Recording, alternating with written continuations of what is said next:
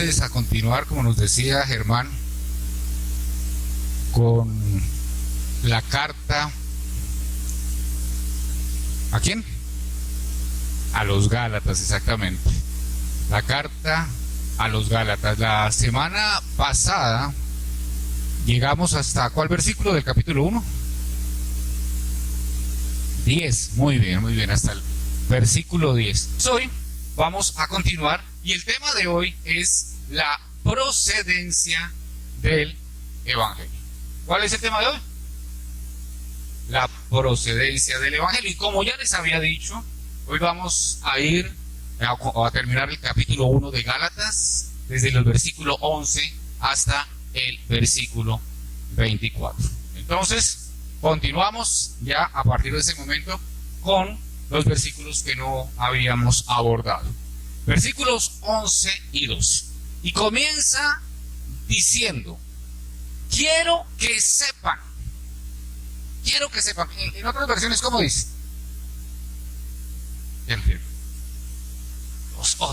Les hago saber, entiendan. Es algo enfático. Es un llamado de atención enfático. Les está diciendo: hey, atención, ojo, pilas. Por favor, escuchen lo que les voy a decir. Él va a defender la procedencia del Evangelio y lo va a hacer desde el apostolado y cómo Dios lo llamó al apostolado. Y algunas personas dicen que Pablo simplemente está defendiendo el apostolado, pero Pablo no está, sí, está defendiendo el apostolado, pero no simplemente para decir: ah, no, miren, yo soy apóstol, mírenme, yo soy apóstol, Dios me nombró apóstol. No, la razón no es defender su función. La razón por la cual él defiende el apostolado es para mostrar que el Evangelio está predicando sí proviene de Dios. La procedencia es de Dios directamente.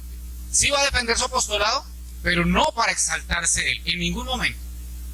Para mostrar por qué es lo que él enseña. Porque cuando él señala a Cristo de la manera como él lo señala, no es porque a él se le ocurrió, sino porque Dios mismo se lo reveló. Quiero que sepan, y después dice, ¿y la palabra qué? Hermanos. La palabra hermanos. ¿Por qué? ¿Por qué les dice hermanos cuando les está hablando tan fuerte? Porque al hermano se le exhorta, se le anima, claro, pero es al hermano al que se le exhorta, es al hermano al que se le llama la atención, no al que está muerto. ¿Para qué le llamamos la atención? ¿Para qué exhortamos? ¿Para qué animamos? ¿Para qué consolamos a un muerto? Si está muerto, no tendría ningún sentido. Al muerto, ¿qué se le hace?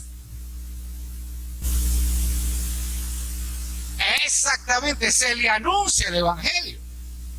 Eso es lo que se le hace al muerto. En otros términos, se le lanza la semilla. Y ya pues Dios en su soberanía obra. Pero al muerto se le lanza la semilla. Al vivo, al hermano, hermanos, se le anima, se le consuela, se le exhorta, se le llama la atención. Es lo que está haciendo Pablo. Hermanos, hey, dejen la tontería. Es lo que les está diciendo. Porque al hermano, o sea, al que se le da la comida. Esto es comida lo que le está dando Pablo. ¿Recuerdan esas ilustraciones que poníamos alguna vez? Un cementerio y unas personas llevando unas hamburguesas ahí al cementerio. ¿Cuántas hamburguesas tiene que llevar esa persona para darse cuenta que el muerto no come? Después de la primera. Llega con la segunda y dice: no comió. Y sería muy terco para llegar con la tercera, ¿cierto? Y a veces nosotros le hablamos a los muertos como si hubieran resucitado, como si fueran hermanos. No van a comer. Primero hay que anunciarles el Evangelio. Cuando el Señor en su soberanía les dé la vida, los haga nacer de nuevo, los resucite, ahora sí les vamos a hablar como hermanos. Eso. A un hermano no se le dice, a un muerto no se le dice que cuide su salud, ¿cierto? Que coma bien, que eso se le dice al vivo, al hermano, al hermano. Entonces, por eso Pablo le está hablando a los hermanos. Y cuando comienza, los primeros versículos que vimos, en el versículo dice 2, dice a las iglesias de Galacia. Él tenía claro que iglesia no es todo el que se reúne en un lugar. Iglesias son los hermanos, los santos, los nacidos de nuevo. Porque nosotros vemos y decimos, un congreso de iglesias y vemos 20,000 personas. Y de pronto el Señor mira y dice, uy, qué chévere, vinieron 4. Nosotros no los ve Él, porque no los conoce. Nunca los conocí, hacedores de maldad, así fueran a congresos, así fueran a servicios, así fueran a devocionales, así fueran a lo que fuera. Por eso es que Pablo le está llamando la atención a los hermanos. Y como nosotros somos hermanos, vamos a escuchar con atención qué es lo que Pablo nos quiere decir, ¿verdad? Bueno, que sepan, hermanos, que el evangelio que fue anunciado por mí no se basa en un simple razonamiento humano. No lo recibí ni aprendí de ninguna persona, sino que lo recibí por medio de una revelación de Jesucristo. Entonces, este pedazo es bien carnudito. Vamos por partes. La primera parte dice que el evangelio que fue anunciado por mí no se basa en un simple razonamiento.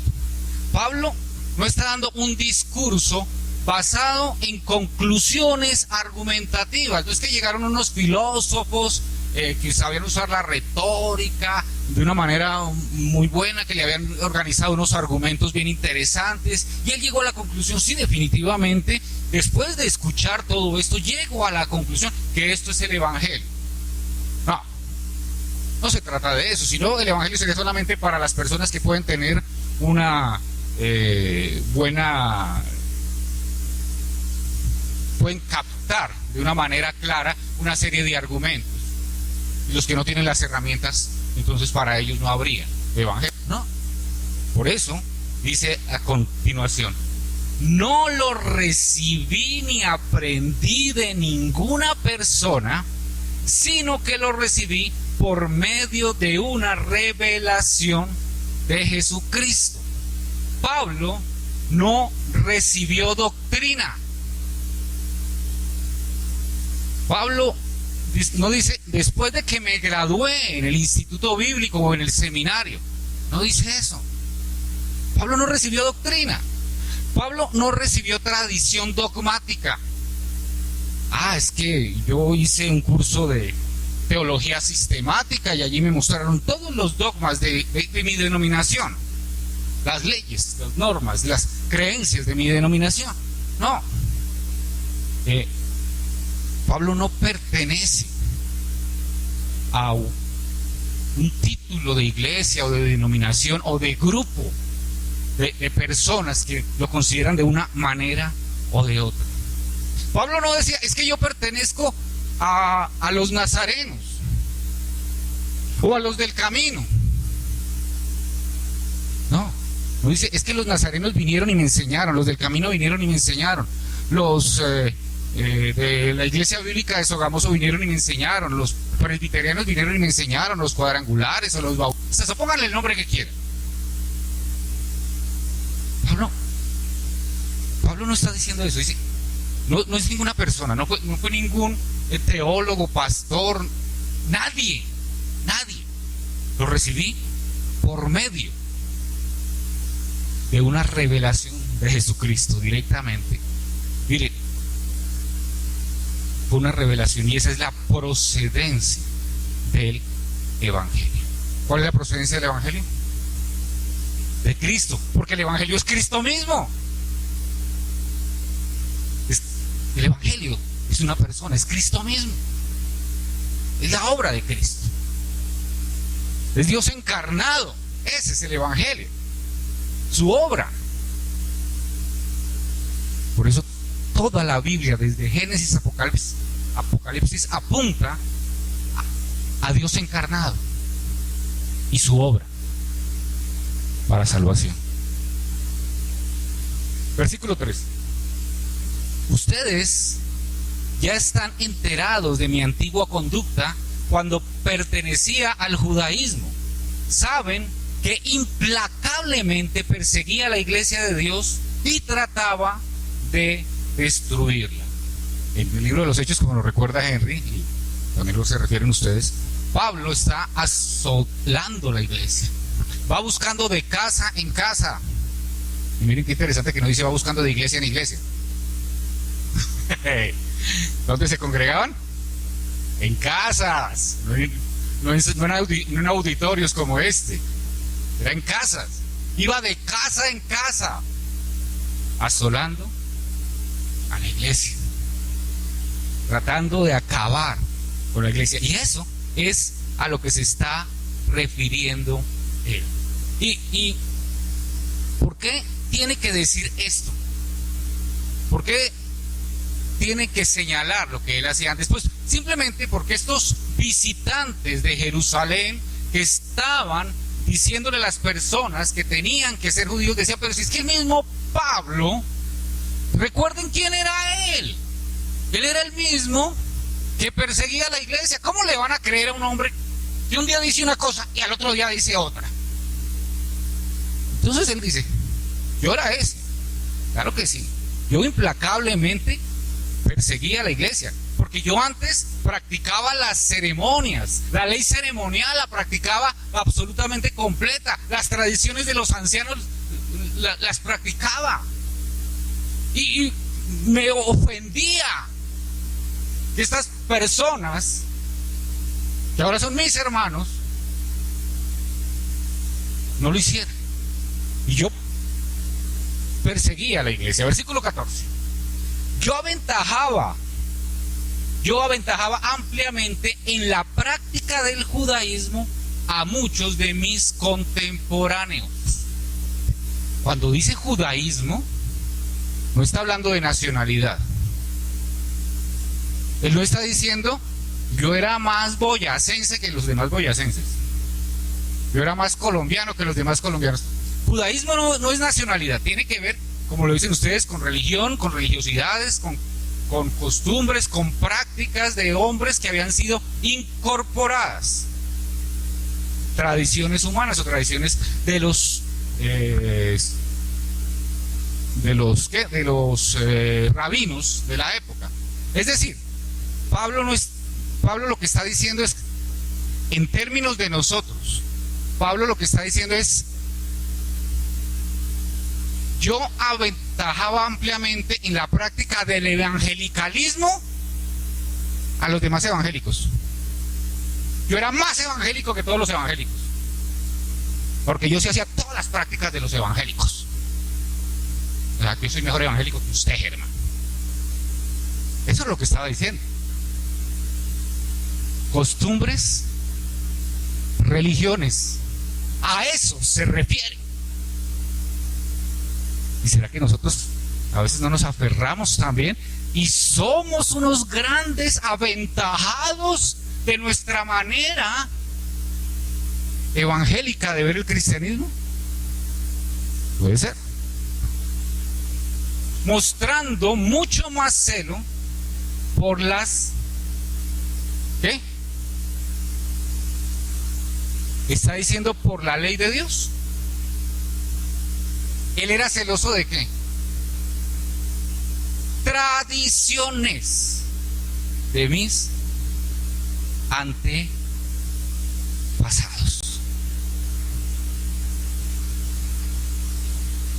¿Cuántos mandamientos hay o manda Dios con Moisés? 613. Son 613 mandamientos. El decálogo está ahí, pero en total son 613 mandamientos. Pero Pablo no se está refiriendo a esos mandamientos, a los 613 mandamientos. Vamos a Marcos. Ahora desempolvemos Biblias. Marcos, capítulo 7. Un texto que estoy seguro que lo hemos leído o por lo menos escuchado más de una vez. Vamos a leer Marcos 7 del 1 al 9. Los fariseos. Pablo, ¿qué eran antes? Fariseos. Los fariseos y algunos de los maestros de la ley que habían llegado de Jerusalén se reunieron alrededor de Jesús. ¿Quiénes se reunieron alrededor de Jesús? Pablo y sus secuaces, digamos, ¿no? Porque en esa época todavía Pablo era fariseo. Y vieron a algunos de sus discípulos que comían con manos impuras, es decir, sin haberlas lavado.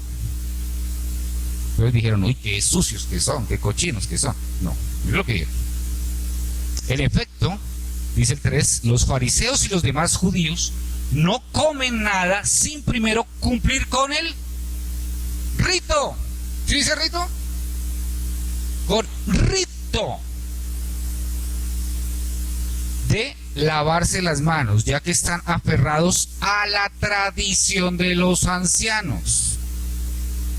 Ellos tomaban el agua, lavaban las manos de cierta manera para no contaminar el agua que quedaba allí, la sacaban de un recipiente y decían una oración muy corta, un rezo cortico. Bendito Señor, porque no, bueno, te purificas, algo así. No lo recuerdo, debí haberlo copiado, pero es un rezo muy corto y ya. Eso era el rito de lavarse las manos. Al regresar del mercado, no comen nada antes de lavarse y siguen otras muchas tradiciones, tales como el rito de lavar copas, jarras y bandejas de cobre. Así que los fariseos y los maestros de la ley le preguntaron a Jesús, ¿por qué no siguen tus discípulos, los que tienen la Biblia abierta, que dice a continuación? La tradición de los ancianos. No está hablando de leyes, no está hablando de los 603 mandamientos, perdón. La tradición de los... Nuestra antigua tradición, dice esa versión. Listo. En vez de comer con manos impuras, Jesús les contestó, tenía razón Isaías cuando profetizó acerca de ustedes, hipócritas. Según está escrito, este pueblo me honra con los labios, con palabras, con gestos, con costumbres, etcétera, etcétera, pero su corazón está lejos de mí. En vano me adoran, sus enseñanzas no son más que reglas humanas, ideas humanas, ¿verdad? Mandamientos de hombres, todo humano, de hombres, nada que ver con Dios. Doctrinas y mandamientos de hombres, exactamente. Ustedes han desechado, dice el 8, los mandamientos divinos y se han aferrado a las tradiciones humanas. Y añadió, qué buena manera tienen ustedes de dejar a un lado los mandamientos de Dios para mantener sus propias tradiciones. Invalidan la ley de Dios. Es decir, Pablo lo que está diciendo es que yo era de esos. Yo era de esos. Que aventajaba. Yo era más evangélico que los demás evangélicos. Yo era más fariseo que los demás fariseos. Mostraba mucho más celo por las tradiciones de mis antepasados. Pablo lo está reconociendo. Vamos a ver el versículo 15 y vamos a ver algo especial acá. Versículo 15. Pero, miren lo que dice acá. Dios me apartó desde el vientre de mi madre y me llamó por su gracia. Y cuando Él tuvo a bien revelarme a su Hijo para que yo lo anunciara entre los no judíos, no consulté con nadie. Estas frases que están subrayadas, ¿qué muestran de Dios? ¿Qué atributo muestra de Dios? Soberanía. Es Dios el que nos aparta, Es Dios el que nos llama. Es Dios el que cuando Él quiere nos revela a Cristo. Y es Dios el que nos pone en la función que Él quiere ponernos en su cuerpo. En el caso de Él fue para que Él anunciara a los gentiles. Esa era la función que Él tenía en el cuerpo. Pero es Dios. Dios es soberano. Pero, ¿qué tenía que anunciar?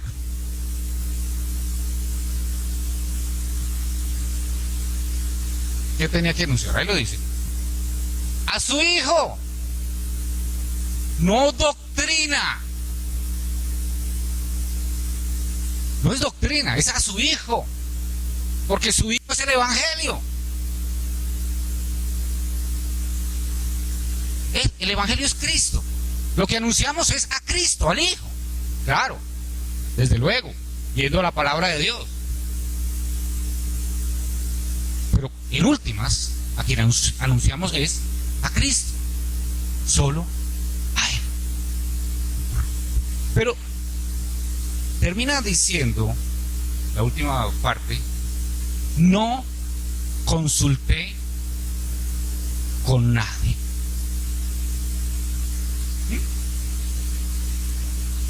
Exactamente. ¿Qué reafirma Pablo a sus contradictores al decirles que no consultó con nadie? Sí, pero recuerden qué es lo que está defendiendo Pablo. ¿Recuerdan qué es lo que está defendiendo Pablo? El evangelio que él predica es el que es. Que cualquier otro no es evangelio. Entonces no consulté con nadie. Nadie de carne y hueso, ningún ser humano me dijo lo que yo tenía que decir, como los aportes que hicieron ustedes. Es Dios mismo. Fue Dios mismo el que me dio la revelación. La iglesia tenía sus destacados ya para ese entonces. Obviamente estaban los apóstoles. Y él posiblemente habría podido decir, bueno, y yo fui y me impusieron las manos los apóstoles y yo salí a predicar el evangelio. Él dice, no consulté con nadie, no sometió su misión, su función en la iglesia de apóstol a la aprobación de nadie, ni siquiera de los apóstoles. No consulté con absolutamente nadie. Lo que está diciendo él es mi llamamiento como apóstol, no como simplemente enviado, sino como alguien que tiene autoridad de revelación de Dios. Mi llamamiento tiene la misma altura que los 12. Los 12 y yo tenemos la misma altura en cuanto a la revelación de Dios. Eso es lo que está diciendo Pablo. Tenía que estar muy tranquilo para decir tremenda frase. Por eso, cuando por ahí mandan a timbrar tarjetas diciendo Apóstol Omar, cuidadito. Sí, en la Biblia aparecen otros apóstoles, pero simplemente es como unas personas comisionadas. Es un trabajo específico. Pero la autoridad de apóstol aquí es otra cosa. Vamos a seguir con el versículo 17. Tampoco subí a Jerusalén para ver a los que eran apóstoles antes que yo. Es decir, él no tenía que, basado en lo que acaba de decir, que Dios le reveló directamente, él no tenía por qué ir a pedir instrucciones de absolutamente nadie. Versículo 17. Sino que fui, porque era importante saber esto, ya lo dijimos, sino que fui de inmediato a Arabia y después regresé a la ciudad de Damasco. Entonces, después de nacer de nuevo, ¿a dónde fue Pablo? Arabia. Él estuvo unos poquitos días allí, donde fue que Jesús le atravesó a Pablo y le dijo: Pablo, Saulo, Saulo, ¿por qué me persigues?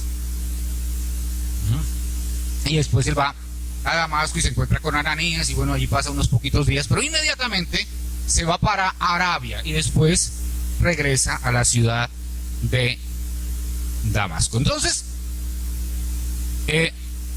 Pablo va a una zona que se llama Arabia Pétrea.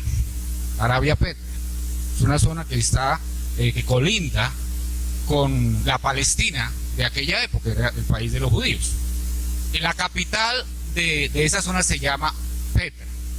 Y va allí, ¿y qué sucede allí? Dios le va dando o le va aclarando la revelación, pero no se queda allí. Yo lo imaginé de verdad por mucho tiempo. Yo imaginaba a Pablo allí sentado en el desierto, en posición, sentado allí como esperando a ver Dios qué le decía. No, Pablo no se quedó quieto en esos 3 años. Pablo estuvo evangelizando. Pablo estuvo llevando ese evangelio en esa zona de Arabia. Tanto así que se meten problemas. Se meten problemas y tiene que regresarse a Damasco. Y cuando regresa a Damasco, hay un emisario, una persona enviada por el rey de esa zona de Arabia Pétrea, que se llamaba, aquí lo tengo escrito, Areto. ¿Areto? Rey Areto.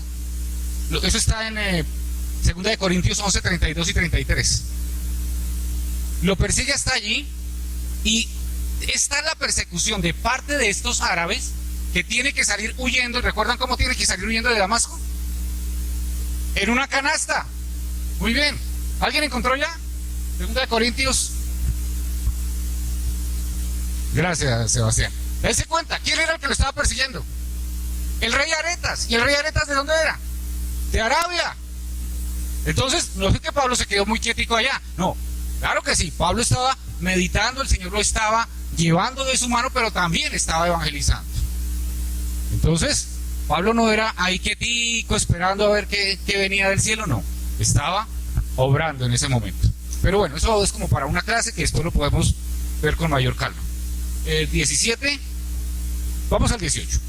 Entonces, 3 años después, imaginen, pasan 3 años después, subí a Jerusalén para conocer a Pedro y me quedé con él 15 días. Ese transcurso, Damasco, Arabia, Damasco, ¿cuánto dura? 3 años. Y después de esos 3 años, que lo sacan a gorrazos de Arabia, ¿se va para dónde? Para Jerusalén. ¿Y a qué va Jerusalén? Para conocer a Pedro. Mucho gusto, Pedro. Mucho gusto, Pablo. No lo conocía, bueno, no sabemos si se habían visto o no se habían visto.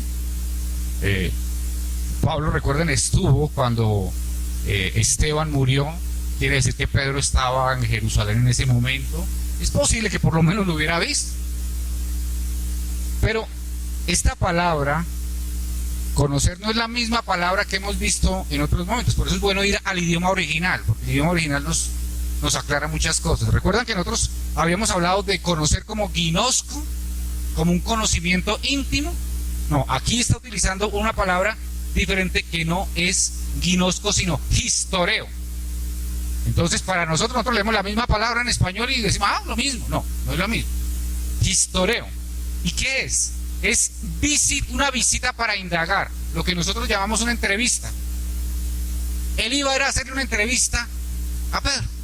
Quería como, hábleme un poco más de su vida con Jesús, ¿cómo fue? Algo así.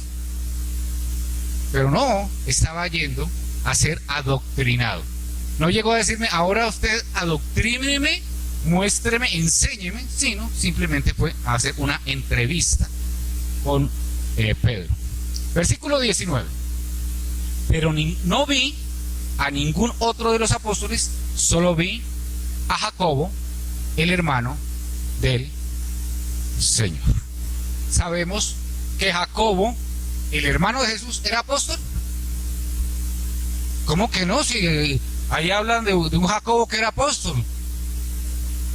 ¿Y el otro era hermano de quién? Exactamente, de Juan. Jacobo, el hermano de Juan, sí era apóstol. Pero Jacobo, el hermano de Jesús, no era apóstol. Los hermanos de Jesús no creían en Jesús. Ellos vienen a creer es después de la muerte de Jesús. Y Jacobo nace de nuevo y llega a ser el obispo o el supervisor de Jerusalén. Por eso Jacobo era tan importante en Jerusalén, porque era una persona que lo habían llamado, lo habían nombrado supervisor de Jerusalén, y no fue por nepotismo, de cosas, no hubo nepotismo. Bueno, entonces vamos al versículo 20. Delante de Dios les aseguro que en esto que les escribo no miento. Miren esto tan fuerte. Delante de Dios les aseguro que en esto que les escribo no miento. Pero mire, ¿por qué es tan importante para Pablo jurar esto? Esto es un juramento. En hebreo se utilizaba la fórmula de juramento delante de Dios. Digo, esto es un juramento. ¿Por qué es para Pablo? Es tan importante.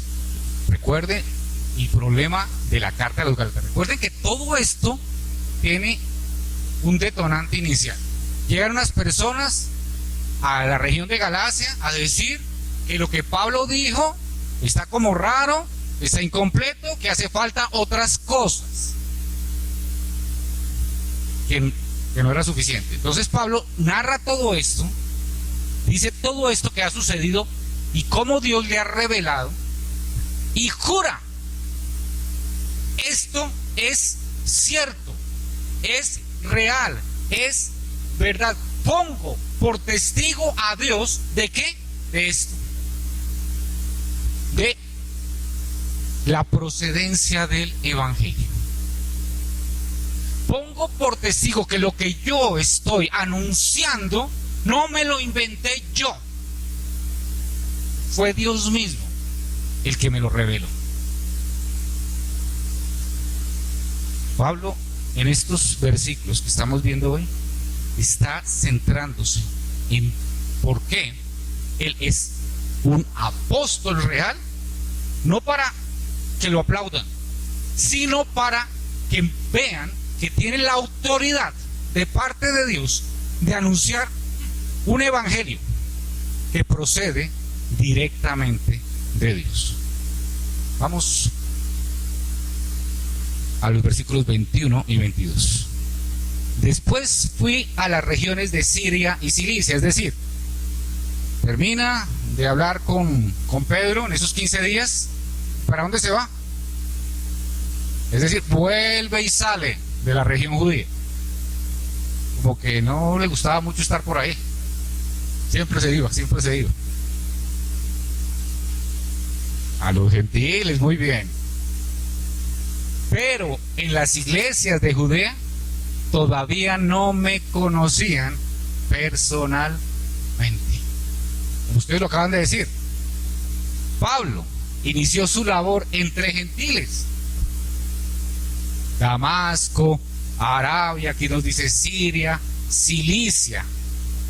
Pero allí en el corazón donde comenzó el cristianismo, Jerusalén, Judea, Samaria, él fue, y hasta lo último de la tierra, se queda en la última parte. En esa parte él no era conocido, en el corazón del judaísmo no era conocido, y tampoco era muy apreciado, porque aunque estos hermanos cristianos que habían nacido de nuevo estaban en Cristo, todavía no habían logrado desligarse de algunos elementos que eran muy fuertes para ellos y que los amarraban al judaísmo,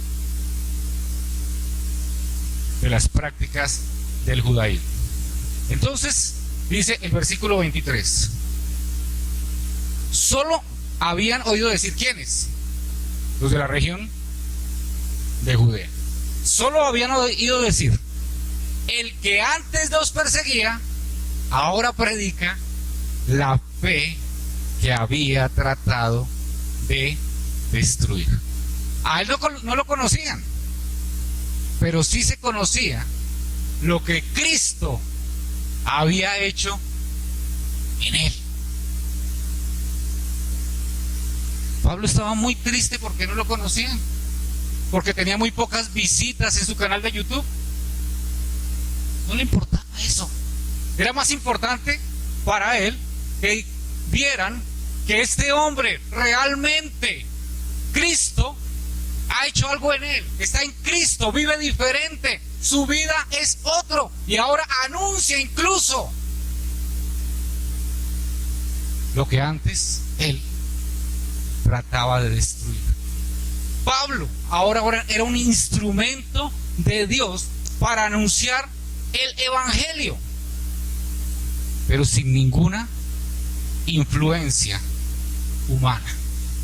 Una revelación que procedía directamente de Dios.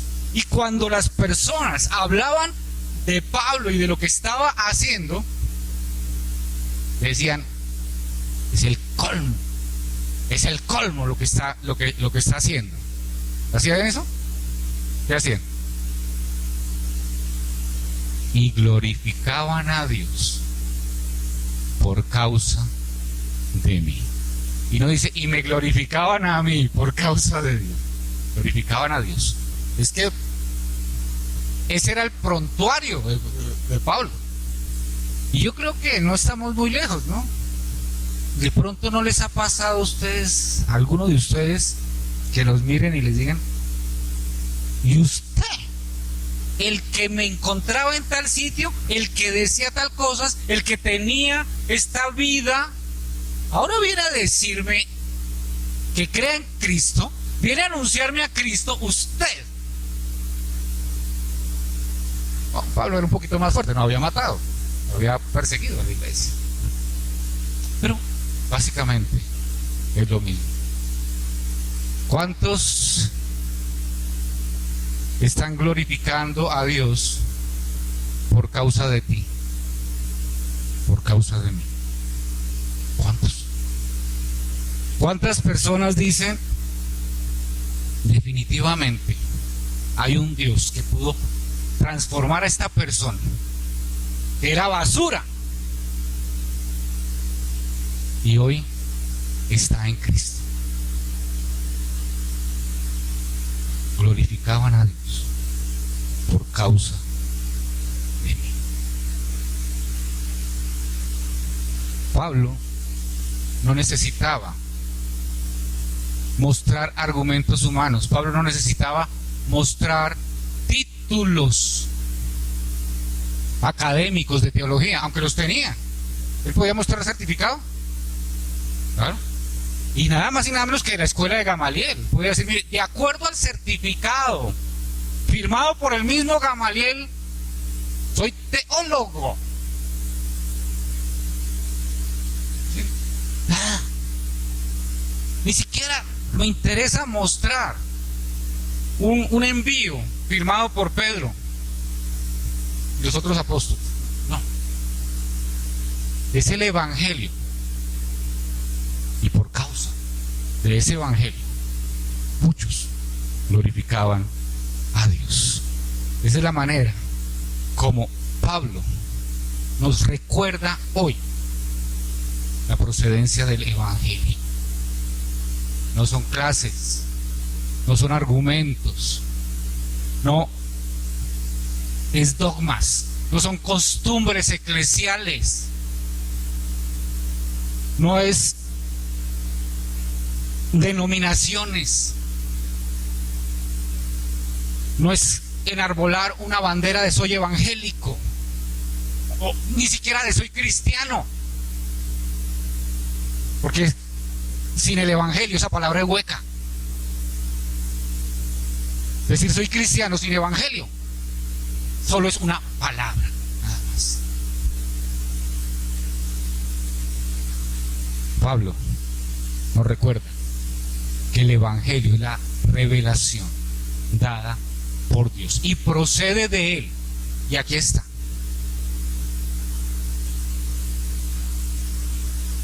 Cristo está anunciado. Cristo es el único que nos hace resucitar en él, nacer de nuevo, vivir en él, para que aquellos que nos vean no nos aplaudan, no nos digan felicitaciones, ¿cómo has cambiado? Qué bueno ver que ya no tienes vicios. No, eso no. Para que le den la gloria a Dios.